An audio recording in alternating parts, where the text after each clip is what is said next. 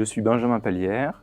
Avec mon collègue Barthélémy Chenot, nous portons la création de la future société coopérative Rhône-Saône Légumes.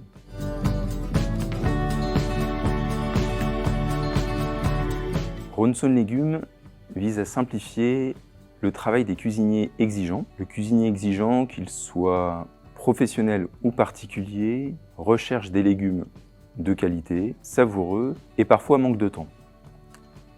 Et nous allons leur proposer des légumes qui ont été cultivés par des maraîchers en bio, situés à moins de 100 km autour de Lyon, transformés par notre équipe, dont une partie est en parcours d'insertion par l'activité économique.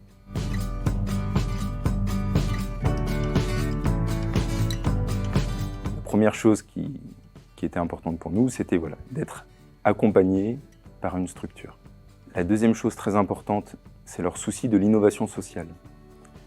Et dans la création de notre projet, la prise en compte de cet élément est quelque chose d'important, pas forcément partagé par d'autres structures. Le troisième aspect, Alter-Incube étant l'incubateur de l'Union régionale des SCOP, c'est la capacité de l'équipe d'Alter-Incube à nous accompagner sur la question de la gouvernance, en particulier dans le cadre d'une future société coopérative. Et depuis les 12 mois que nous sommes accompagnés par l'équipe d'Alter-Incube, nous avons effectivement retrouvé deux choses, donc cet accompagnement, mais aussi la rencontre d'autres porteurs de projets, qui s'avèrent aussi très intéressantes.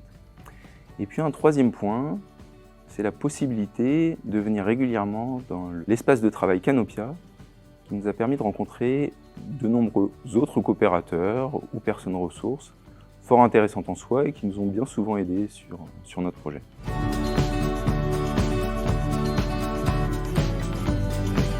L'appel à projet Prémisse, par rapport à Alter-Incube, ça nous apporte un complément d'accompagnement, de rencontre de personnes ressources, d'autres projets, autour de notre thématique. On le voit depuis le début de Prémisse, il y a cette complémentarité très intéressante pour nous. Pour moi, ce modèle coopératif, il est intéressant pour plusieurs raisons. Le premier aspect, c'est qu'il n'est pas si nouveau que ça. Il s'inspire d'expériences passées, formelles ou moins formelles, des statuts.